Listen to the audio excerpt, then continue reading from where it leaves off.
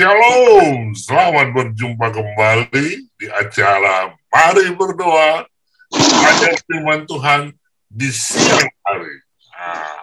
Ini adalah program anyar dari Conference DKI Jakarta untuk bertemu dengan umat Tuhan ya di akhir zaman, bersama dengan Tuhan di acara siang, berdoa siang dan belajar siang. Saudaraku yang kasih dalam Yesus Kristus, ini adalah satu budaya yang harus kita biasakan. Kenapa? Karena bila kita hidup di akhir zaman, jangan sampai kita terputus hubungan dengan Tuhan. Ya. Mungkin kita sudah penat, ya, capek, bekerja setengah hari, kita perlu recharge ya, untuk mendapatkan kekuatan, kuasa dari Tuhan. Baiklah, telah hadir di acara ini hamba Tuhan Pendeta Asnawi Hutagalung. Kita puji Tuhan dengan mendengarkan lagu pujian yang satu ini.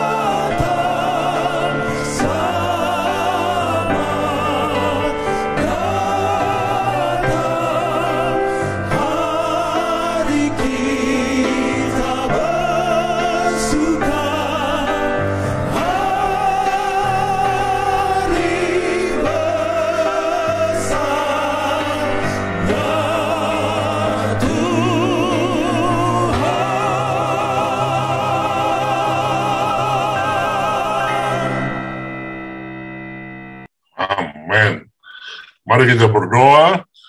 Bapa di surga, Bapa yang baik, terima kasih Tuhan untuk waktu yang indah bertemu dengan Tuhan bersama umat-umat Tuhan di akhir zaman.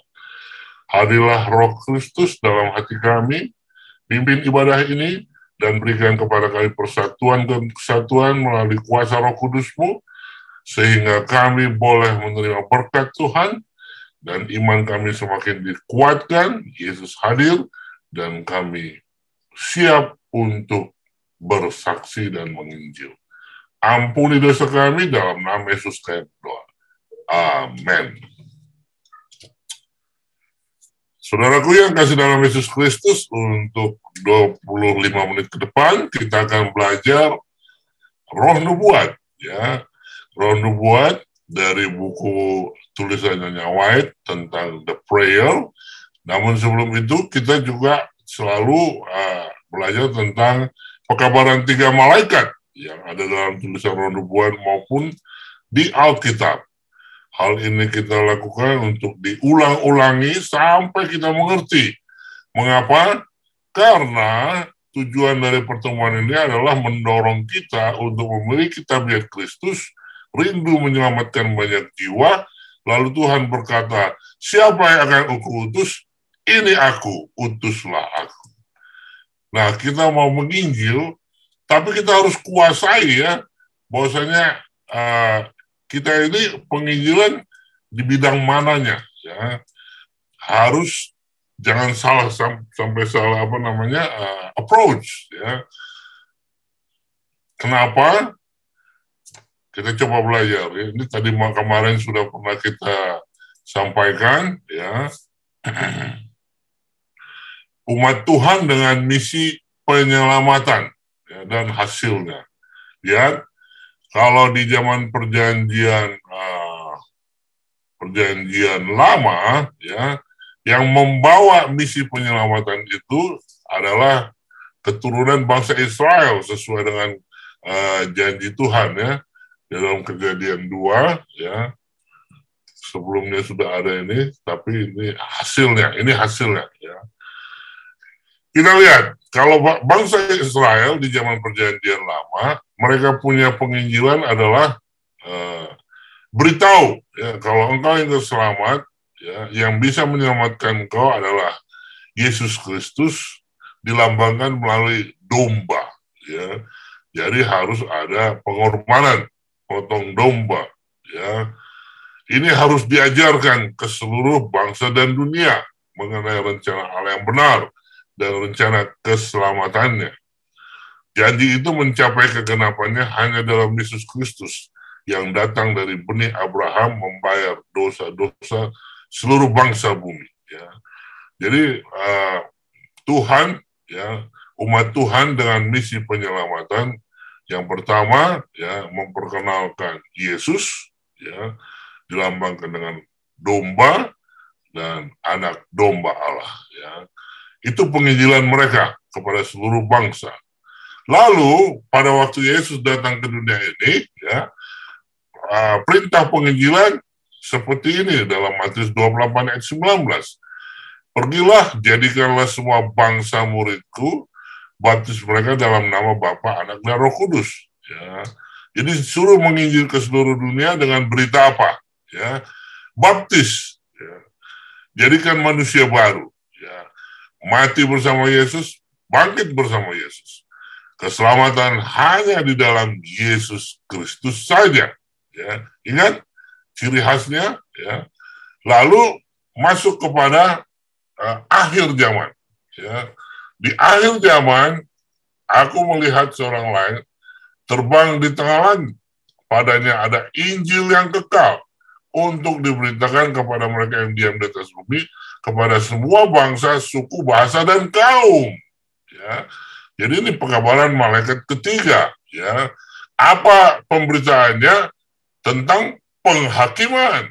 Ya. Nah, penghakiman harus takut akan Tuhan. Kalau di sini misi penyelamatan, di sini penyelamatan plus penghakiman. Dari sinilah umat Tuhan kalau mau menginjil tentang Daniel, ya, nubuatan 2300 tahun pagi. Ya. Kapan mulai? Gereja lain tidak tahu itu. Karena mereka belum belajar tentang Daniel Wahyu. Tapi umat Tuhan di zaman akhir sudah kuasai ini. Kita sudah masuk kepada pengadilan, ya, untuk membedakan mana umat Tuhan, mana yang bukan umat Tuhan. Kalau umat Tuhan ditandai dengan menyembah Tuhan yang hidup, pengurusan hari Sabat, dan yang bukan umat Tuhan menyembah binatang dan bilangan namanya Anam. Jadi, saudaraku, kalau pertama bangsa Israel dipilih Tuhan untuk menginjil ke seluruh dunia, memberitakan kedatangan Yesus, ya, melalui perumpamaan anak domba Allah dengan melalui domba yang selalu dikorbankan bila mana berdosa, bahkan ada upacara agar Ka'bah, ya. Kemudian Yesus datang, dia bangkit, lalu disuruh kita untuk menginjil ke seluruh dunia, baptis, ya, baptis dalam nama Yesus, ya. Lalu untuk di akhir zaman, selain, ya, membaptis seluruh bangsa, ya, kita harus beritakan berita Injil pekabaran 3 malaikat, yaitu hari penghakiman sekarang. Siapa yang menurut Tuhan dia cirinya khasnya adalah hari Sabat, dan yang tidak menurut adalah tanda binatang. Nah, sekarang pertanyaan, apa perbedaan Sabat di waktu zaman Abraham sampai Yesus datang, kemudian Sabat di zaman Yesus, Kristen mula-mula 7 jemaat, ya, dan Sabat, ya, di pekabaran 3 malaikat untuk umat Tuhan di zaman akhir. Kalau Sabat yang sebelumnya itu adalah upacara-upacara agama yang merupakan lambang penyelamatan anak domba Allah, yaitu Yesus, ya. Kemudian Sabat di waktu Yesus datang, ya, hampir sama, nggak ada masalah, ya. Cuman hanya yang perlu diperbaiki adalah kita lakukan itu bukan supaya selamat, tapi kita lakukan itu karena Tuhan yang menyelamatkan kita. Nah, kalau begitu, pekabaran spesifik dari pekabaran malaikat ketiga apa?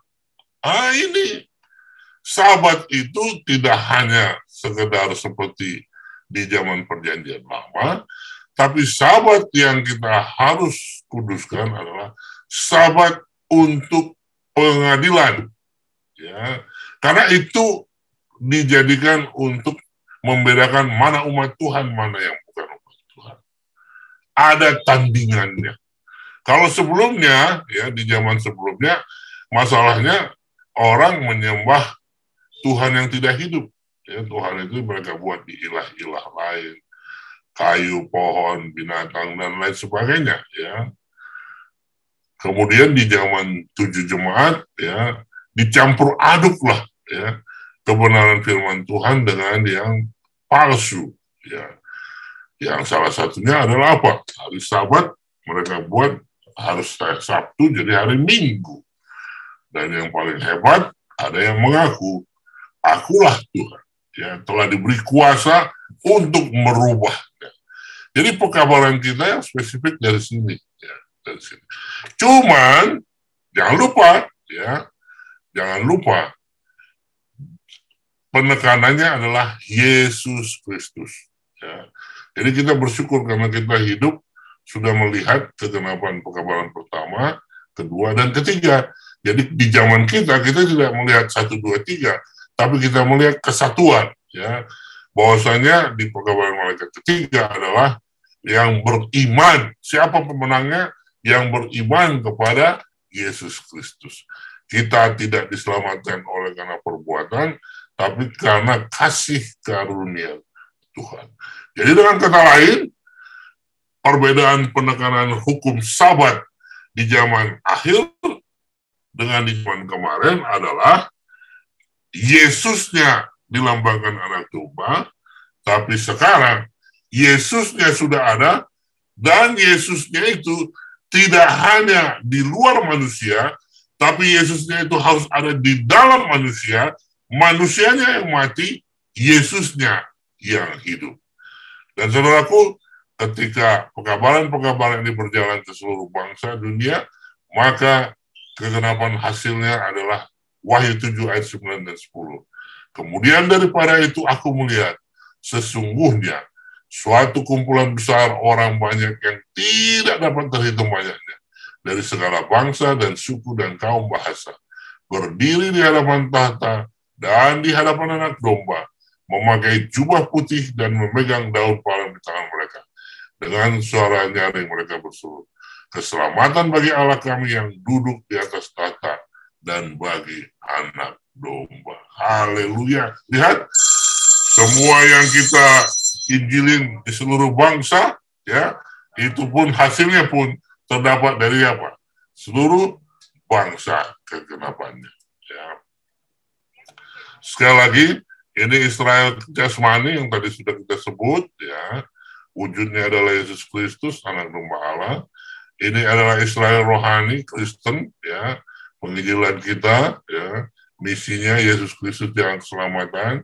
Lalu penginjilan dari umat yang sisa adalah pekabaran 3 malaikat, keluar dari Babel, Wahyu, adalah hari penghakiman, ya. Kenapa sahabat perlu? Karena ini membedakan, ya, menyembah Tuhan dan pengikut setan. Ya. Tapi semuanya ini bisa oleh karena Yesus Kristus yang hadir, ya, di dalam kita. Sekali lagi, ya, kalau non-Kristen, keselamatan melalui usaha pribadi. Kristen, saya menurut firman Tuhan supaya saya selamat dan diberkati Tuhan. Ya, ya, umumnya begitu. Sementara akhir zaman, ya, saya menurut firman dan hukum Tuhan oleh karena melihat betapa sayang dan rindunya Tuhan Yesus agar aku selamat. Haleluya. Saudaraku, kita harus ingat tulisannya White dikatakan, bagaimana ini bisa kita buat? Kita jangan lupa berdoa, ya. Agar Yesus hadir dalam diri kita, ya, maka kita harus berdoa. Namun sebelum itu saya mau sampaikan ini, ya. Ya, tidak mungkin bagi manusia memelihara hukum dengan kekuatan sendiri. Karena sifat manusia sudah rusak, cacat, dan secara keseluruhan tidak menyukai tabiat Allah. Di dalam anaknya, maksudnya melalui Yesus, Allah menawarkan kepada mereka, kepada kita, kebenaran yang sempurna dari hukum itu. Jika kita mau membuka hati kita sepenuhnya untuk menerima Kristus, maka hidup Allah sendiri, kasih-Nya akan tinggal di dalam diri kita, mengubah kita kepada keserupaannya. Dan dengan demikian melalui pemberian cuma-cuma dari Allah, kita akan memiliki kebenaran yang dituntut hukum itu. Jadi perbedaan tentang Sabat, ya, di zaman Perjanjian Lama, Sabat zaman Perjanjian Baru Kristen mula-mula, dan Sabat di akhir zaman menurut pekabaran 3 malaikat adalah kalau masing-masing itu kita lakukan Sabat oleh karena saya mau, ya, Kristusnya masih di luar, ya. Tapi kalau Kristusnya harus di dalam manusia. Jadi Kristus yang di dalam manusia inilah yang membuat kita menurut firman Tuhan, ya. Jadi kebenaran Kristus dalam penurutan hukum diperhitungkan kepada kita. Jadi poin utamanya di sini adalah pekabaran kita tentang hari Sabat berbicara tentang bagaimana Yesus yang hidup dalam diri kita yang mengajarkan kita untuk bagaimana menguduskan akan hari Sabat. Kalau ditanya perbedaan standar pengudusan Sabat zaman dulu dengan sekarang, standarnya sekarang Yesus sendiri. Bagaimana Yesus menguduskan Sabat, ya, waktu dia di dunia ini, dan yang waktu sekarang dia akan berikan kepada kita cara-cara yang pasti, ya. Yang pasti adalah Sabat berbuat baik, tidak melakukan sesuatu untuk kepentingan kita, ya, dan menolong orang untuk mengalami perhentian dari penderitaannya. Haleluya. Baik, kita masuk kepada tulisan Rondo buat mengenai berdoa. Doa menjaga kita dalam kuasa Tuhan. Kekuatan yang diperoleh dalam doa kepada Tuhan akan mempersiapkan kita untuk tugas sehari-hari. Godaan yang kita hadapi setiap hari membuat doa menjadi satu kebutuhan. Agar kita dapat dipegang oleh kuasa Tuhan melalui iman, keinginan pikiran harus terus naik dalam doa dalam hati.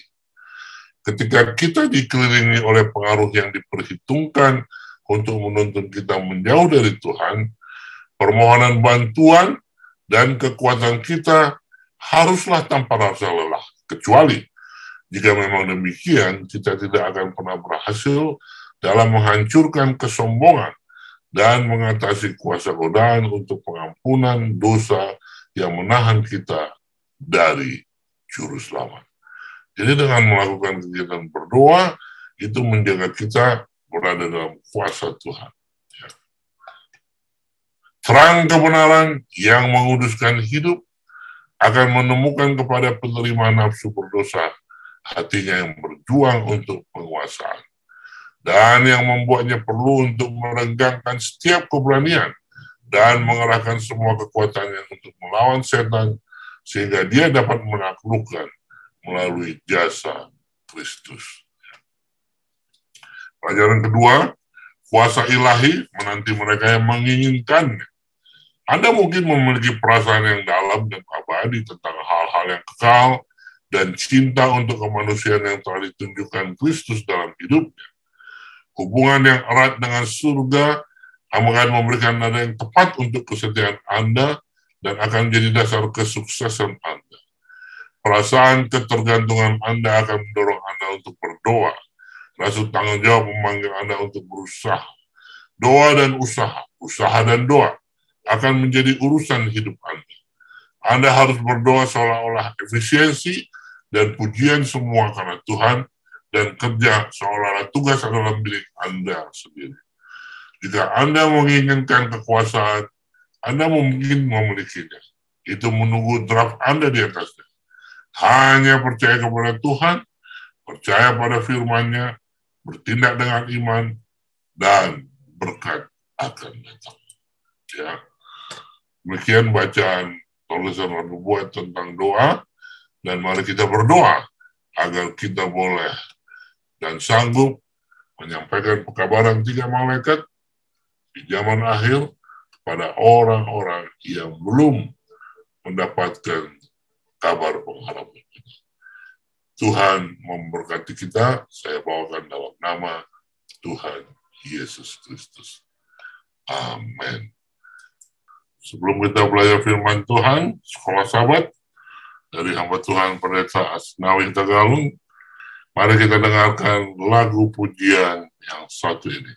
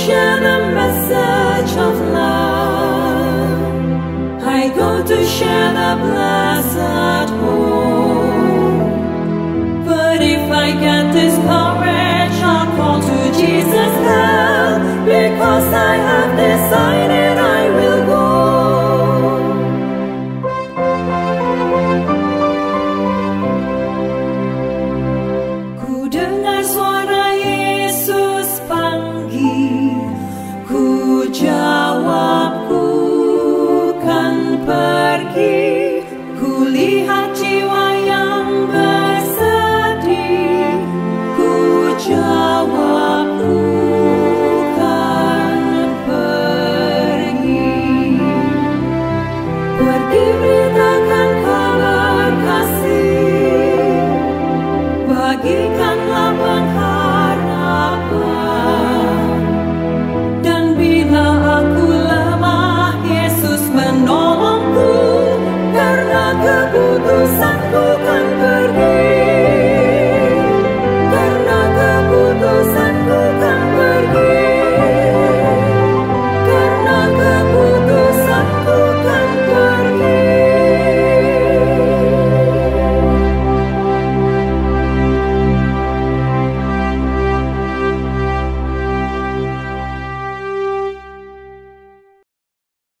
Ya, silakan pendeta. Kita berdoa. Bapa Surgawi, terpujilah namamu, hormat dan kemuliaan bagi Tuhan selama-lamanya lewat program di siang hari, bacaan roh nubuat, doa persatuan, dan pelajaran sekolah sahabat. Biarlah berkat-berkat Tuhan boleh menjadi bahagian kami. Terangi pikiran kami, urapi masing-masing kami dengan Roh Kudus-Mu. Di dalam nama Yesus Kristus kami berdoa. Amin. Bapak Ibu, saudara-saudara yang dikasihi Tuhan, Shalom, damai sejahtera bagi kita di siang hari ini. Shalom. Kita bersyukur, berterima kasih ada program untuk bacaan roh nubuat, doa persatuan, dan belajar firman Tuhan di siang hari ini. Sehingga kita selalu terhubung dan didekatkan dengan sorga, dan komunikasi kita, hubungan kita semakin intim dengan Tuhan kita Yesus Kristus. Saudaraku, terima kasih untuk dua-duanya. Kiranya itu menjadi dupa yang harum di istana sorga dan menjadi kekuatan rohani, penyembuh yang ajaib bagi kita dalam fisik, mental, dan kerohanian untuk memulihkan kita kembali kepada peta Allah. Saudaraku, pelajaran kita masih seperti kemarin. Prinsip perjanjian lama dan perjanjian baru. Sesungguhnya itu adalah sama. Itu adalah satu. Pada dasarnya, perjanjian itu adalah hubungan kita dengan Tuhan. Oleh karena kasih karunia-Nya yang diberikan kepada kita. Karena Tuhan mau, Tuhan inginkan dari kita memiliki hubungan yang akrab, yang intim, yang harmonis, walaupun dosa sudah memisahkan antara kita dengan Tuhan. Namun, hari ini kita berbicara tentang suatu perjanjian yang lebih baik. Luar biasa. Ya, perjanjian yang lama masuk kepada perjanjian yang baru. Perjanjian yang lama itu telah usang, ya, telah gagal dan telah dibatalkan. Karena sudah ada perjanjian yang baru, yang lebih segar. Dalam buku Ibrani pasal 8, ayat 6 sampai 9, Rasul Paulus menekankan dalam tulisan Ibrani ini, dia sangat jelas berhubungan dengan konteks korban-korban, persembahan untuk pendamaian di dalam bait suci tabernakel Musa maupun bait suci Salomo yang megah di Yerusalem. Bahwa perjanjian itu sudah usang dan sudah datang yang lebih baik, yang lebih mulia, yang lebih tinggi, yang lebih agung, ya, dan perjanjian baru yang menyempurnakan semua perjanjian yang lama yang sudah ada. Itu jelas dikatakan. Sebenarnya di mana letak kegagalan bangsa Israel?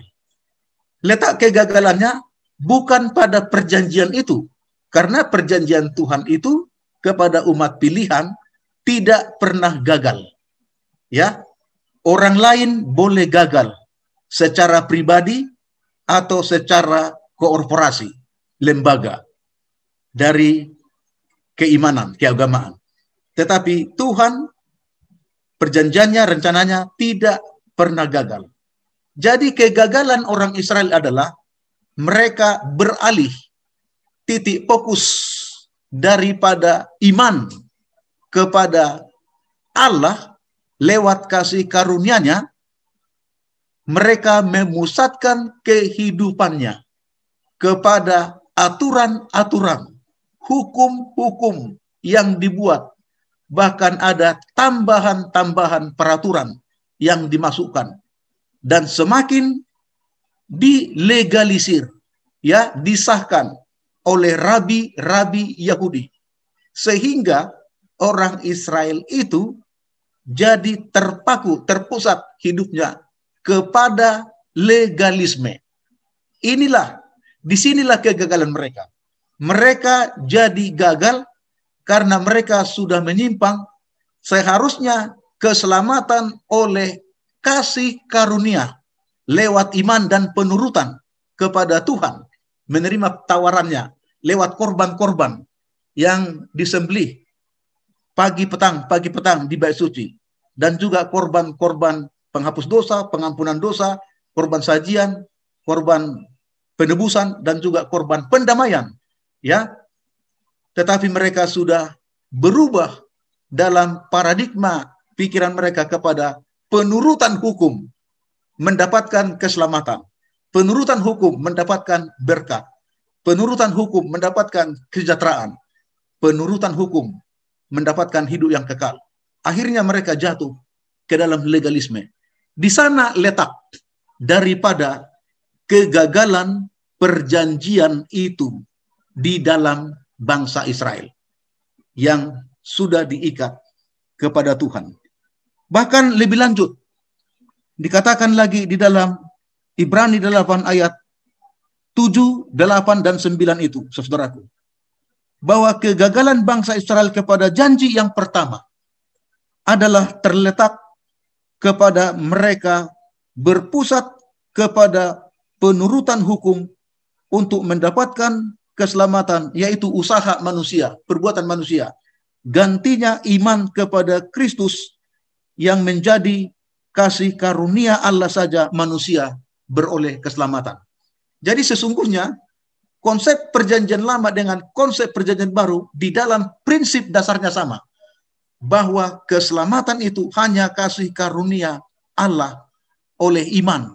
Di perjanjian lama lewat korban-korban, di mana kita percaya bahwa domba yang disembelih itu adalah melambangkan bayangan dari seorang juru selamat yang akan datang. Dan itulah yang digenapi Kristus di dalam perjanjian baru. Sehingga Rasul Paulus mengatakan, perjanjian yang pertama sudah tidak berlaku lagi, karena perjanjian yang kedua sudah datang. Yang lama itu telah usang, yang baru itu sekarang ini sudah jelas dan sempurna.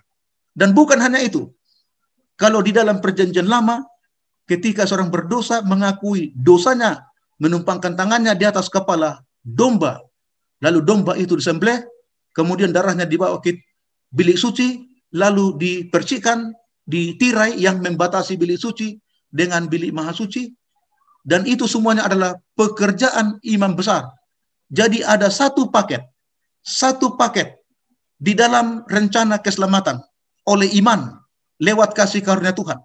Domba yang disembelih, darahnya dipercik, kemudian bait suci, bilik suci dan maha suci, kemudian ada imam besar yang melakukan pekerjaan itu untuk menjadi pengantara, ya, merekonsiliasi antara orang berdosa dengan Allah Bapa. Dan ini diambil, paket ini diambil oleh Kristus di dalam perjanjian baru, bahwa dialah korban yang sesungguhnya, domba Paskah Allah itu. Yohanes pasal 1 ayat 29, lihatlah anak domba Allah yang menghapus dosa dunia ini. Kemudian darahnya sendiri dia bawa ke bait suci yang ada di sorga. Dan sekarang Yesus sejak tahun 1844, Yesus sudah berpindah dari bilik suci ke bilik yang maha suci di sorgawi. Dia sendiri yang membawa darah itu, ya, darahnya sebagai korban domba Paskah Allah itu. Dan dia sendiri menjadi imam besar. Imam besar berdasarkan dari Melkisedek, bukan dari keimamatan Harun atau keimamatan Lewi, tapi berdasarkan keimamatan Melkisedek. Dan dia menjadi imam besar kita dan pengantara kita sekarang di bilik yang maha suci surgawi. Itulah sebabnya Rasul Paulus mengatakan, inilah sebuah perjanjian yang lebih baik, perjanjian yang lebih tinggi, perjanjian yang lebih mulia, perjanjian yang lebih agung, perjanjian yang menyempurnakan semua perjanjian yang ada di dalam perjanjian lama. Saudaraku. Jadi saudaraku, iman. Kita juga jangan terjebak kepada orang Israel. Karena kita adalah umat yang menurut hukum, ya. Karena salah satu tanda, dua tanda umat yang sisa sekarang ini, yaitu iman kepada Yesus dan memiliki roh nubuat, dan satu lagi menuruti perintah-perintah Allah. Jadi jangan kita terjebak penurutan kepada hukum supaya kita masuk surga. Tidak. Ya tidak. Penurutan hukum itu bukti bahwa kita sudah diselamatkan. Karena apa? Karena iman, percaya kepada Yesus, maka kita selamatkan oleh kasih karunia-Nya lewat kematian Kristus 2000 tahun yang lalu di kayu salib Golgota. Sebelum kita ada, sebelum kita lahir, sebelum kita percaya Yesus, sebelum kita terima Yesus, sebelum kita kenal Yesus, Yesus sudah mati untuk kita. Jadi kita hanya beriman, maka anugerah keselamatan milik kita. Lalu kita mau tunjukkan supaya hubungan kita intim, akrab, harmonis, dan tabiat kita dibentuk, karakter kita dibentuk seperti karakter Kristus. Itulah buktinya kita menuruti perintah-perintah Allah dan memiliki kesaksian Yesus, yaitu roh nubuat. Jadi saudaraku, jangan kita terjebak lagi kepada seperti orang Yahudi di dalam perjanjian lama, ya, bahwa mereka akhirnya jatuh gagal untuk menggenapi perjanjian yang sudah mereka tanda tangani di Sinai dengan Allah lewat Musa pada waktu itu. Ibrani pasal 6, Ibrani pasal 11 ayat 6. Tetapi tanpa iman tidak seorang pun berkenan kepada Allah. Itu jelas. Jadi yang membuat kita layak mendapatkan kasih karunia Tuhan adalah iman, saudaraku. Nah, orang Yahudi tidak punya iman. Mereka punya penurutan legalisme, saudaraku. Ya, disinilah letak kegagalannya. Nah, kita sekarang sudah masuk kepada perjanjian yang sempurna itu. Perjanjian yang sempurna itu. Kalau kita membaca di dalam Ibrani pasal 1 ayat 1 dan 2, pada zaman dulu Allah berbicara melalui nabi-nabi, ya, kepada umatnya, tetapi sekarang ini zaman akhir Allah berbicara kepada kita melalui anaknya, Yesus Kristus. Karena itulah yang paling lengkap untuk menjadi pengantara, mediator, pembela, dan imam besar kita sekarang ini. Lalu yang kedua, Matius pasal 26 ayat 28. Tanpa penumpahan darah tidak ada pengampunan dosa. Kata Paulus dalam Ibrani 9 ayat 24. Jadi Matius mengatakan dalam 26 ayat 28 bahwa inilah darahku, darah perjanjian yang ditumpahkan bagi kamu untuk keselamatan banyak orang. Jadi darah Yesus itulah darah yang mengampuni dosa. Darah korban-korban, darah binatang, darah domba, darah kambing, darah lembu, darah sapi, ya, darah merpati, darah burung puyuh. Itu semua, kata Rasul Paulus dalam buku Ibrani pasal 9 dan 10, tidak dapat menghapuskan dosa orang berdosa. Darah Kristuslah yang sesungguhnya yang dapat menghapus dosa kita. Ketika Dia sudah mati di kayu salib untuk menebus dan menyelamatkan orang berdosa. Tinggal kita punya iman, terima Yesus atau tidak. Jadi saudaraku, apa yang mau dikatakan di pelajaran kita ini? Inilah yang dimaksudkan perjanjian yang lebih baik. Perjanjian yang lebih segar, yang lebih mulia dibandingkan perjanjian yang lama. Bacalah Ibrani 8 ayat 5 dan Ibrani 10 ayat 1. Kata apakah yang pengarang gunakan di sana untuk menggambarkan pelayanan bait suci berhubungan dengan perjanjian Allah dengan umatnya? Ada dua kata di sana. Kata bayangan, ya, itu yang pertama. Kata bayangan dan kata korban-korban. Jadi korban-korban di bait suci itu hanya bayangan. Wujudnya, kenyataannya, penggenapannya adalah Yesus sendiri, korban pengganti mati untuk orang berdosa. Yang seharusnya orang berdosa lah yang harus menanggung maut, kematian akibat dosanya, karena upah dosa adalah mau. Tapi Yesus ambil.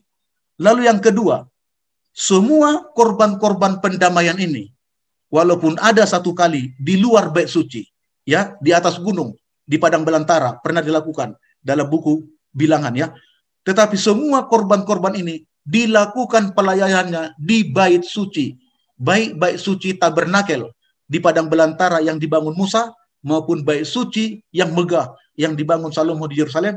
Semuanya korban-korban ini dilakukan sana. Jadi satu paket, tidak bisa dipisahkan. Satu paket. Korban darahnya dengan imam besar yang melakukan pekerjaan itu dan bait suci. Jadi Yesus mati di salib Golgota. Itu adalah pelataran, halaman dari bait suci. Dunia ini adalah pelataran bait suci itu. Bait sucinya adalah surga.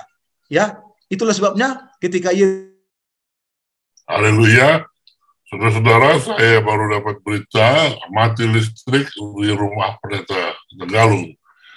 Jadi dia tidak bisa berhubungan lagi dengan kita karena wifi-nya mati.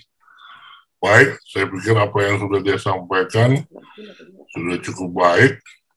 Kita tutup pertemuan kita ini dengan lagu pujian yang akan disampaikan, dan nanti doa pendeta Hursina akan tutup kita dalam doa, ya, kebaktian.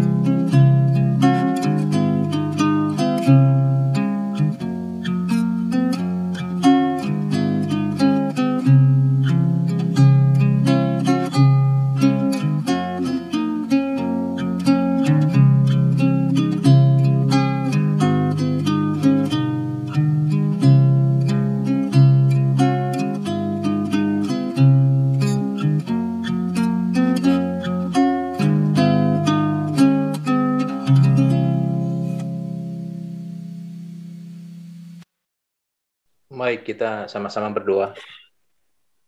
Bapa di sorga, dimuliakanlah kiranya nama-Mu ya Tuhan pada siang hari ini. Hati kami dibawa dalam suasana sorga, ketika kami anak-anak Tuhan, hamba-hamba Tuhan boleh duduk bersama-sama untuk mendengarkan suara Tuhan melalui ibadah pada siang hari ini. Dan biarlah setiap firman Tuhan boleh menjamah kehidupan kami. Kami memiliki satu hati yang baru, perjanjian yang baru, agar kami boleh dipersiapkan menjadi satu umat yang siap untuk bertemu dengan Tuhan, oleh karena kami rindu untuk selalu dekat dengan Tuhan. Bapa di sorga, kiranya Engkau juga akan menjawab dan mendengar setiap seruan doa-doa kami yang kami panjatkan pada siang hari ini ya Tuhan. Jawablah sesuai dengan kebaikan dan kemurahan-Mu. Tunjukkan kuasa-Mu ya Bapa, agar kehidupan kami boleh melihat akan kasih dan kemuliaan Tuhan melalui jawaban-jawaban doa-doa kami. Di sorga, biarlah semua pujian hanya untuk kemuliaan bagi nama Tuhan. Sementara kami akan melanjutkan aktivitas dan pelayanan kami, tetaplah bersama dengan kami, memberkati setiap karya dan pekerjaan kami, agar semuanya boleh menghasilkan keberhasilan. Terima kasih Bapa. Engkau akan memberkati semua yang hadir maupun semua yang ambil bagian pada siang hari ini. Muliakanlah kiranya namamu, di dalam nama Tuhan Yesus kami persembahkan doa ini. Amin. Selamat bergabung dengan kami di Jemaat Fisdat bagi saudara dan saudari yang sudah meluangkan waktu untuk kita mempelajari bersama-sama firman Tuhan melalui pelajaran Sekolah Sabat kita pada hari Selasa tanggal 1 Juni tahun 2021.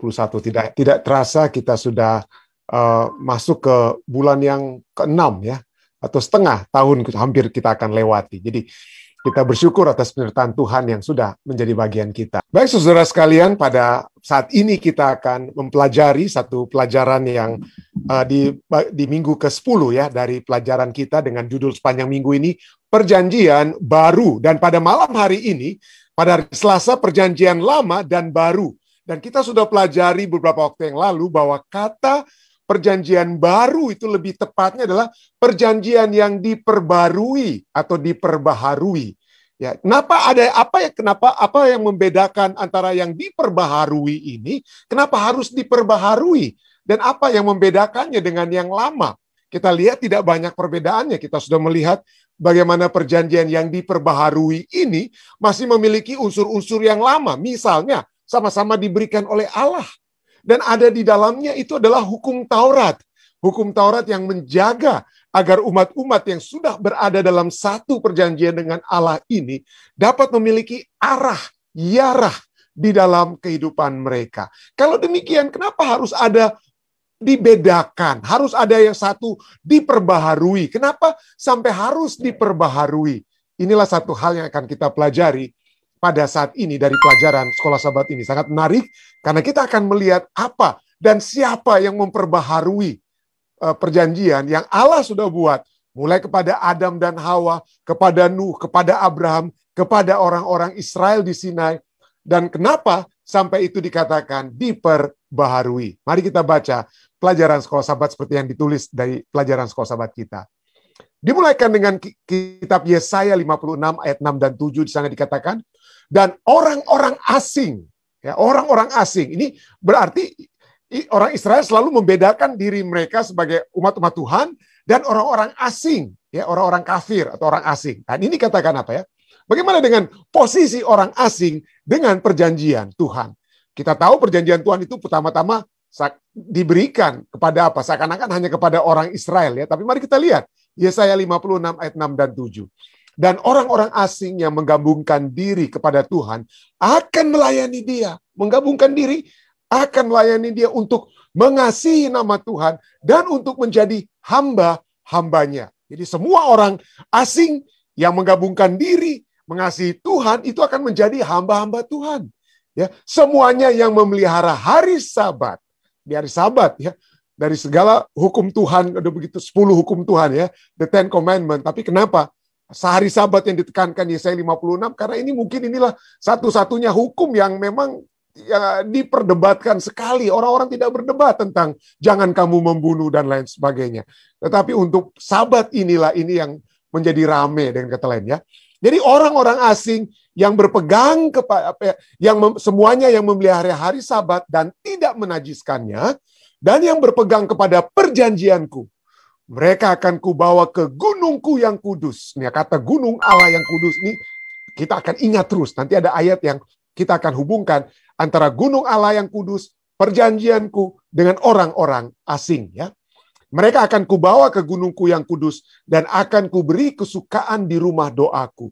Aku akan berkenan kepada korban bakaran dan korban-korban sembelihan mereka yang dipersembahkan di atas mezbahku, sebab rumahku akan disebut rumah doa bagi segala bangsa. Yesaya 56 ayat 6 dan 7. Yeremia menyatakan perjanjian baru dibuat dengan kaum Israel. Yeremia 31 ayat 33.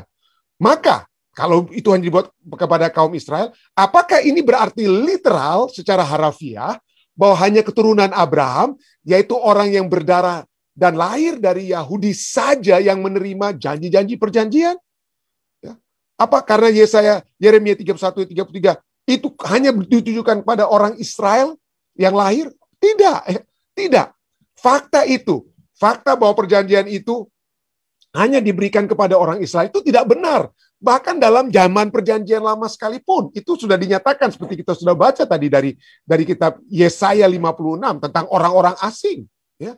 Jadi disalurkan melalui orang Israel, ya, tetapi seperti janji kepada Abraham, melalui Abraham segala bangsa akan mendapatkan berkat, segala bangsa akan mendapatkan kutuk kalau mereka mengutuk Allah atau mengutuk keturunan daripada Abraham. Tapi melalui mereka ya, tetapi bukan hanya secara eksklusif bagi mereka.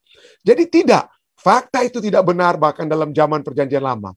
Bangsa Ibrani secara keseluruhan telah dikaruniakan janji-janji perjanjian. Itu tentu saja benar. Tetapi itu tidak dilakukan dengan mengecualikan orang lain.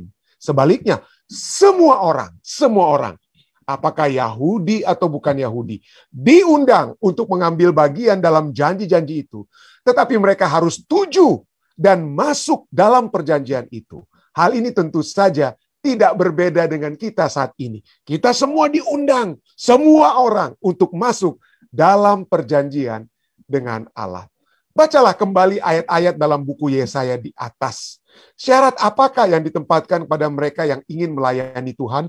Apakah benar-benar ada perbedaan antara apa yang diminta Tuhan kepada mereka dan apa yang Tuhan sekarang minta dari kita sekarang ini? Ya, apa kira-kira yang diminta? Yesaya 56 ayat 6-7 katakan, pada orang-orang asing yang menggabungkan diri kepada Tuhan untuk melayani Dia, untuk mengasihi nama Tuhan, untuk menjadi hamba-hambanya. Semuanya yang memelihara Sabat dan tidak menajiskannya, dan yang berpegang kepada perjanjianku. Jadi tidak ada yang berbeda dengan kita ya. Kalau kita ingin menggabungkan diri kita dengan Tuhan, maka kita harus melayani Tuhan. Ya, kita mengasihi Dia, kita menjadi hamba-hambanya. Ini penting sekali juga. Kita akan ingat mengasihi, menjadi hamba-hambanya, memelihara Sabat ya sampai saat ini ya, dan tidak menajiskannya ya. Maka kita akan apa? Mereka akan kubawa ke gunungku yang kudus dan akan kuberi kesukaan di rumah doaku. Dan Anda bisa baca ayat selanjutnya. Jadi meskipun perjanjian baru disebut lebih baik, nah besok kita akan bahas. Kenapa perjanjian baru itu disebut lebih baik? Secara lebih spesifik kita akan bahas besok malam. Malam ini saya akan singgung sedikit ya. Tapi kenapa itu lebih baik? Ya, malam ini saya akan bahas kenapa itu disebut diperbaharui. Apa yang diperbaharui dari perjanjian lama. Tapi besok malam lebih baiknya itu kenapa? Meskipun perjanjian baru disebut lebih baik, sesungguhnya tidak ada perbedaan mendasar baik perjanjian lama dan baru.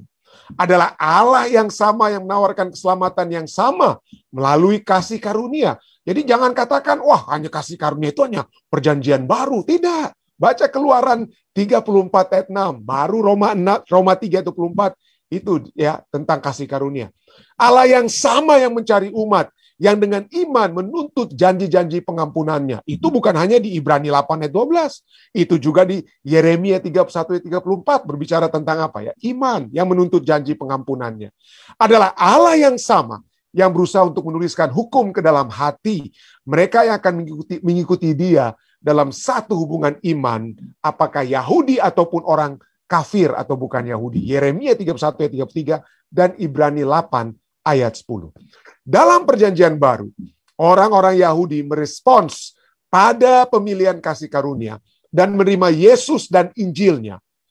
Untuk satu waktu mereka adalah pusat gereja. Mula-mula kan kita tidak bisa sangkal. Gereja kekristenan mula-mula itu dimulaikan di mana? Mulai di Yerusalem. Mulai di mana? Di antara bangsa Yahudi. Jangan salah, murid-murid Yesus itu orang Yahudi. Rasul Paulus itu orang Yahudi. Walaupun dia memiliki kewarganegaraan Romawi, dual citizenship ya. Tapi dia adalah orang Yahudi. Jadi orang Yahudi lah yang pertama menjadi Kristen mula-mula dan menyebarkan kekristenan. Mereka lah. Jadi untuk satu saat, mereka adalah pusat gereja. Umat yang sisa, yang dipilih oleh kasih karunia. Yang berbeda dengan mereka yang dikeraskan dengan bangsa-bangsa kafir yang mengeraskan. Jadi orang Yahudi yang mula-mula. Tapi sekarang situasinya berbalik ya. Yang menjadi keras justru adalah mungkin orang-orang Yahudi. Pada saat kalau Anda pergi ke Yerusalem, di kota Yerusalem ada satu gereja besar, gereja Advent. Ya. Di situ ada sekitar 100 lebih anggotanya. Hanya satu orang Yahudi. Satu waktu kami berada di Yerusalem, hanya satu oma-oma orang Yahudi, ibu tua orang Yahudi, ya, asli Yahudi. Yang lain itu pendatang-pendatang, ya, orang perawat-perawat dari Filipina dan negara-negara lainnya. Ya, sangat disayangkan tidak banyak orang Yahudi, ya, yang menjadi Kristen dengan kata lain. Tapi pada mulanya jangan kita salah, merekalah umat yang sisa yang dipilih oleh kasih karunia. Menurut Rasul Paulus katakan tentang mereka. Pada saat yang sama, orang-orang bukan Yahudi yang sebelumnya tidak percaya, mereka sekarang menerima Injil. Mereka dicangkokkan ke dalam umat Allah yang benar, membentuk kumpulan orang-orang percaya, tidak peduli dari bangsa mana mereka berasal. Roma 11 ayat 13-24 Anda bisa baca, ya. Jadi, orang-orang bukan Yahudi, dikatakan oleh Rasul Paulus dalam Efesus 12, orang-orang bukan Yahudi, waktu itu kamu tanpa Kristus, tidak termasuk keluarga negaraan Israel, dan tidak mendapat bagian dalam ketentuan-ketentuan yang dijanjikan. Namun telah dibawa dekat. Kamu tadinya tidak tanpa Kristus, ya, tidak termasuk keluarga negaraan Israel, tapi sekarang kamu telah dibawa dekat dalam darah Kristus. Kristus adalah pengantara perjanjian baru. Jadi siapa yang memperbaharui perjanjian baru yang dibedakan dengan perjanjian lama? Yesus Kristus. Ibrani 9 ayatnya yang ke-15. Yesus adalah pengantara perjanjian baru bagi semua orang percaya tanpa memperhatikan ras dan kebangsaan. Disinilah satu poin yang sangat indah yang kita akan lihat, yang sudah dinyatakan dari pelajaran sekolah Sabat. Bagaimana perjanjian baru itu sekarang telah diberikan kepada kita semua. Kepada seluruh umat manusia. Bukan hanya orang-orang Israel. Bukan hanya keturunan Yakub. Tetapi kepada semua orang yang menerima Yesus. Karena begitu besar kasih Allah kepada dunia ini, sehingga dikaruniakanlah anaknya yang tunggal, supaya barang siapa yang percaya kepadanya tidak akan binasa, melainkan apa? Beroleh kehidupan yang kekal. Ya. Jadi perjanjian baru itulah, ya, kita bisa melihat ada unsur-unsur dari yang lama, perjanjian lama, yaitu Taurat tersebut. Tapi dalam perjanjian baru, Taurat itu ada di dalam apa? Ada di dalam hati kita, dalam batin kita. Jadi perjanjian baru itu menunjukkan kepada kedalaman hati, jangkauan ke dalam, dan juga nanti kita akan lihat jangkauan keluar. Kita seringkali dengar istilah ini, ya, jangkauan dalam, jangkauan luar. Mari kita aplikasikan itu ke dalam perjanjian baru ini. Apa itu? Jangkauan dalam dari perjanjian baru, yaitu hukum itu bukan lagi ditulis di 2 loh batu, tetapi di mana? Di dalam hati batin kita. Yeremia 31 ayat 33, kita sudah selalu, ya, berapa malam terakhir ini kita bahas tentang tersebut, ya. Inilah perjanjian yang kuadakan dengan kaum Israel sesudah waktu itu, demikianlah firman Tuhan, aku akan menaruh Tauratku. Taurat itu sudah ada di perjanjian lama. Dan sekarang apa? Diperbaharui dalam perjanjian baru. Kenapa? Bukan berarti tidak dikatakan dalam perjanjian lama batin itu tidak terlibat, tidak. Tapi mereka belum apa, ya? Belum secara sempurna memiliki batin Roh Kudus yang memimpin mereka, memimpin Taurat tersebut, memimpin dalam seluruh kebenaran. Tapi pada saat itu, khususnya pada saat Yesus datang, maka perjanjian baru itu menempatkan Taurat itu dalam hati dan batin kita. Tapi bukan hanya jangkauan ke dalam, tapi juga jangkauan keluar. Yaitu apa? Tadinya, ya, perjanjian lama itu seakan-akan hanya dari apa, ya? Secara umum seringkali dikatakan hanya melalui 2 loh batu. Walaupun kita sudah pelajari tadi malam, Tuhan sudah sejak semula katakan itu Taurat itu harus dari dalam hati kita itu penting. Tetapi orang Israel fokusnya itu kepada Taurat yang ada di 2 loh batu. Dan bukan itu saja, orang Israel tidak mau menjangkau keluar. Mereka hanya menjangkau ke dalam terus, dengan kata lain, ya. Orang lain disuruh datang ke Yerusalem, tetapi mereka apa? Tidak melihat bahwa perjanjian ini, ya, janji-janji yang Tuhan sudah berikan itu juga dapat diberikan kepada bangsa-bangsa lain. Mereka ingin secara eksklusif itu untuk mereka. Walaupun Alkitab perjanjian lama sekalipun sudah menyatakan bahwa Tuhan ingin memberikan perjanjiannya kepada semua orang asing, orang-orang lain. Sehingga dalam Yeskiel 36 ayat 27 dikatakan, dan orang-orang asing yang menggabungkan diri kepada Tuhan untuk melayani Dia, untuk mengasihi nama Tuhan, dan untuk menjadi hamba-hambanya. Semua yang memelihara hari Sabat dan tidak menajiskannya, dan yang berpegang kepada perjanjianku. Ini bukan Yeskiel 36 ayat 27, tapi ayat kita tadi ya, dalam Yesaya tadi ya, ayat kita tadi. Ya, saya sempat rubah rupanya kata Yeskiel 36 ayat 27. Tapi itu adalah Yesaya yang tadi kita sudah baca. Itu berbicara tentang apa? Orang-orang asing. Dan kalau kita lihat jangkauan keluar ini, bagaimana orang-orang asing atau seluruh umat manusia itu dapat dibawa ke dalam satu perjanjian dengan Tuhan, itu adalah ajaran juga dari perjanjian lama. Dan khususnya itu adalah satu ajaran yang begitu indah dinyatakan oleh Nabi Daniel. Daniel dalam Daniel 9 ayat 27. Ini ayat yang betul-betul ya. Tidak salah. Kenapa? Karena inilah pusat dari tesis master saya ya. Daniel 9 ayat 27 saya membahas tentang tentang perjanjian Sinai yang discontinue, yang dihentikan dan dilanjutkan, the continuation and discontinuation of Sinaitic Covenant berdasarkan Daniel 9 ayat 27. Jadi dalam Daniel 9 ayat 27 katakan apa? Raja itu Yesus Kristus. Daniel 9 adalah satu nubuatan mengenai raja itu, yaitu Yesus Kristus ya. Raja itu akan membuat perjanjian itu menjadi berat. Waduh, ini kata berat ini mungkin kalau kita tidak tahu kenapa itu perjanjiannya menjadi berat. Menjadi berat artinya apakah menjadi beban? Ya, raja itu akan membuat perjanjian itu menjadi berat bagi banyak orang selama 1 kali 7 masa. 1 kali 7 masa, 7 tahun ya, dengan kata di tengah-tengah. Ya, pada pertengahan 7 masa itu ia akan menghentikan korban sembelihan dan korban santapan. Kalau kita mempelajari nubuatan kitab Daniel, ini berbicara di mana? Pada saat Yesus ya di 7 tahun terakhir, ya 7 tahun terakhir telah diberikan kepada orang-orang Yahudi untuk bertobat. 3,5 tahun Yesus ada di situ, lalu kemudian ada 3,5 tahun hingga di akhir 7 tahun tersebut Stefanus mati. Tetapi di tengah daripada 7 tahun dibagi 2 yaitu 3,5 tahun, di akhir pelayanan Yesus, Yesus disalibkan. Ya. Jadi pada pertengahan 7 masa itu, 7 tahun itu, Raja itu Yesus akan menghentikan korban sembelihan dan korban santapan. Kenapa? Karena tidak akan ada lagi korban bakaran. Kenapa tidak akan ada lagi? Karena Yesus sendiri yang akan menjadi korban tersebut pada saat dia mati di atas kayu salib. Jadi pada saat itulah, pada saat Yesus disalibkan itulah, maka dikatakan dia membuat perjanjian itu menjadi berat bagi banyak orang. Ya, bagi banyak orang. Khususnya kita tahu ini sedang berbicara tentang nubuatan. Ya, nubuatan 490 tahun yang diberikan nubuatan tentang apa yang diberikan kepada orang Israel. Ya, satu kesempatan kepada mereka untuk bertobat. Tetapi di akhir 7 tahun terakhir, 7 masa terakhir, yaitu pada saat mereka melempari Stefanus dengan batu, maka perjanjian Tuhan kepada mereka itu apa?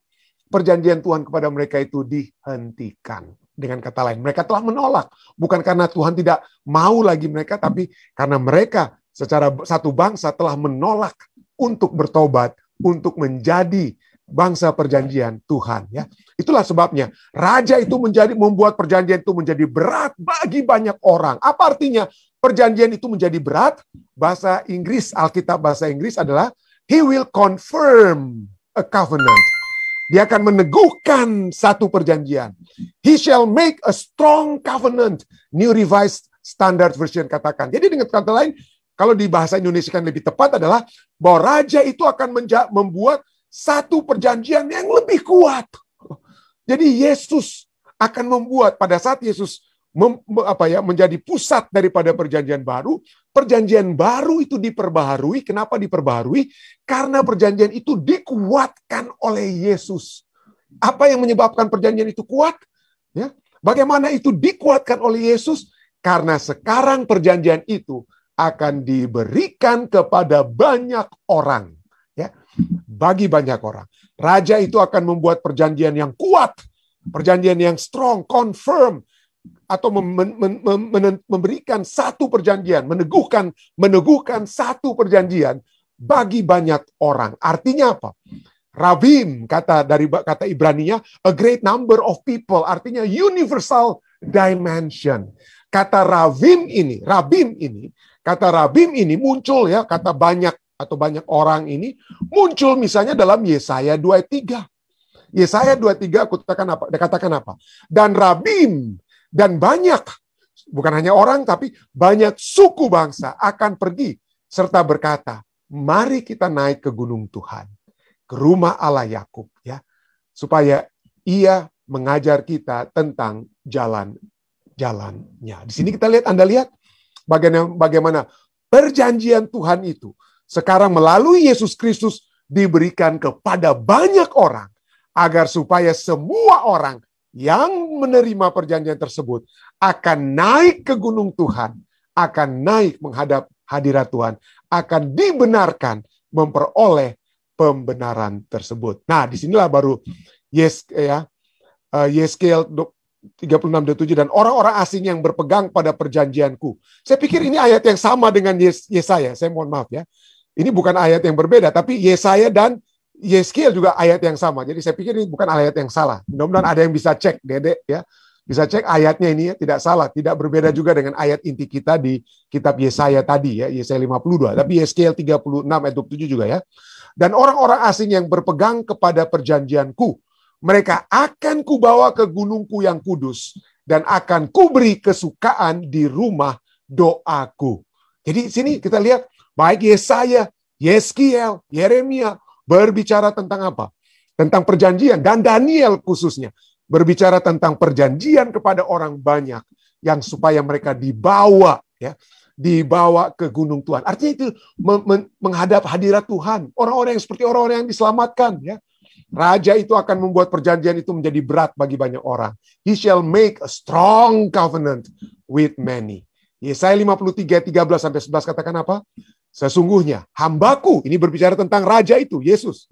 Hambaku itu akan berhasil. Ia akan ditinggikan, disanjung, dan dimuliakan. Seperti banyak orang akan tertegun melihat dia. Ravim, tertegun melihat dia. Demikianlah ia akan membuat tercengang banyak bangsa. Perjanjian baru itu diperbaharui oleh sebab apa? Pertama, kita sudah lihat bahwa itu jangkauan ke dalam hati kita. Ya, kita menurut perintah Roh Kudus yang akan menuntun kita berdasarkan apa? Berdasarkan Taurat yang ditulis dari dalam hati. Tetapi bukan itu saja, diperbaharui. Kenapa? Dibuat kuat. Kenapa? Kenapa dijadikan kuat perjanjian baru tersebut? Karena itu bukan hanya diberikan kepada orang Yahudi, tetapi kepada saudara dan saya. Banyak orang, banyak bangsa yang apa? Melalui Yesus Kristus akan masuk ke dalam perjanjian tersebut. Yesaya 53 ayat 11. Dan hambaku itu sebagai orang yang benar akan membenarkan banyak orang. Waduh, ayat yang satu fatsal berikutnya dari Yesaya 52. Hambaku itu berbicara kembali tentang Yesus Kristus. Nubuatan tentang Yesus. Sebagai orang yang benar akan membenarkan banyak orang oleh hikmatnya. Dan kejahatan mereka dia pikul. Perjanjian baru itu diperbaharui oleh Yesus. Agar supaya apa? Bukan hanya bangsa Israel dapat dibenarkan, tapi banyak orang akan dibenarkan. Melalui apa? Karena kejahatan kita yang Tuhan Yesus pikul. Jadi perjanjian baru ditawarkan untuk semua manusia melalui Yesus Kristus. Dan ini diteguhkan dalam tulisan-tulisan Rasul Paulus dan penulis-penulis perjanjian baru lainnya. 2 Korintus 5:21 sebagai contoh. Rasul Paulus menulis, dia yang tidak mengenal dosa telah dibuatnya menjadi dosa karena kita, supaya dalam dia kita dibenarkan oleh Allah. Ya, berikutnya, Roma 5 ayat 18-19. Sebab itu sama seperti oleh satu pelanggaran, yaitu pelanggaran dari apa? Adam dan Hawa ya. Pelanggaran Adam, semua orang beroleh penghukuman. Demikian pula oleh satu perbuatan kebenaran, Yesus Kristus. Semua orang beroleh pembenaran, bukan orang Yahudi. Ya. Semua orang ditawarkan. Semua orang beroleh pembenaran untuk hidup. Jadi ayat 19, Roma 5 ayat 19. Jadi sama seperti oleh ketidaktaatan satu orang, semua orang telah menjadi orang berdosa. Demikian pula oleh ketaatan satu orang, semua orang menjadi orang benar. Jadi ingat, kenapa dikatakan perjanjian lama ini? Perjanjian lama itu kita sering katakan itu diberikan kepada bangsa Israel. Tentu saja ya, mereka menjadi. Tapi apa yang terjadi kemudian? Mereka tolak. Kenapa mereka tolak? Yang mereka tolak bukan karena Tuhan tidak setia, karena ketidaksetiaan mereka. Mereka yang berbakti kepada Baal-Baal, mereka yang berbakti kepada ilah-ilah lain, mereka yang menolak Tuhan. Ya, dan mereka menyalibkan Yesus Kristus. Ya, itu adalah satu fakta sejarah. Itulah perjanjian lama tersebut. Tetapi bukan berarti lama dan barunya itu bukan berarti tidak ada lagi hukum. Yang tidak ada lagi adalah bahwa perjanjian hanya diberikan kepada orang Israel. Tetapi sekarang perjanjian baru itu diperbarui oleh sebab perjanjian itu bukan hanya sekarang kepada orang Israel, tetapi kepada seluruh umat manusia. Seluruh umat manusia yang mau menempatkan Taurat Tuhan di dalam hati mereka. Oleh sebab apa? Oleh sebab Yesus yang telah mati bagi kita. Oleh sebab kasih karunia-Nya yang telah menyelamatkan kita. Oleh sebab kasih karunia Yesus, maka kita akan bersyukur dan menempatkan Tauratnya itu di dalam hati kita. Ya, itulah sebabnya kita memiliki perjanjian baru yang diperbaharui. Kenapa? Karena perjanjian baru itu berarti saudara dan saya. Bukan hanya orang Israel. Orang Israel itu di perjanjian lama. Tapi saudara dan saya dapat dibenarkan masuk ke dalam satu pembenaran yang Yesus buat bagi kita. Dan apa aplikasinya bagi kita? Ya, ada satu hal yang sangat penting, jangan kita lupakan. Bahwa semua orang yang memperoleh pembenaran, semua orang dikatakan apa? Memperoleh pembenaran ini juga diberikan tugas sebagai hamba-hambanya. Dan apa yang telah Tuhan Yesus tugaskan bagi kita? Ya, apa yang telah Dia tugaskan bagi kita sebagai hamba-hambanya? Jadikanlah segala bangsa, jadikanlah semua orang murid-muridku. Jadi kalau kita pikir, waduh puji Tuhan Pendeta Rantung, kita adalah, bagus sekali pelajaran kita adalah apa? Kita sudah memiliki perjanjian baru tersebut. Ya. Kita jangan hanya memiliki titel sebagai umat-umat perjanjian baru. Tapi marilah kita juga memiliki apa? Tanggung jawab sebagai umat-umat perjanjian baru. Apa itu tanggung jawab kita? Menjangkau seluruh umat manusia. Sehingga bukan hanya kita yang dibenarkan, tetapi mungkin saudara-saudari kita yang lainnya, kenalan-kenalan kita, saudara-saudara kita, kekasih-kekasih kita, yang belum berada dalam kebenaran, mereka juga dapat apa? Dijangkau. Dan itulah pelajaran kita pada malam hari ini. Berdasarkan apa? Yang dikatakan di dalam kitab Yesaya tadi. Ya, bahwa kita semua orang-orang asing itu akan apa? Membawa, menjadi hamba-hamba Tuhan. Membawa umat-umat manusia untuk masuk ke gunung Tuhan. Untuk berbakti bersama-sama. Dan dengan demikianlah itu kita menjadi satu tanda bahwa saudara dan saya menerima perjanjian baru yang Tuhan Yesus telah tawarkan bagi kita. Inilah tambahan pelajaran kita yang saya bawa dalam nama Yesus. Amin.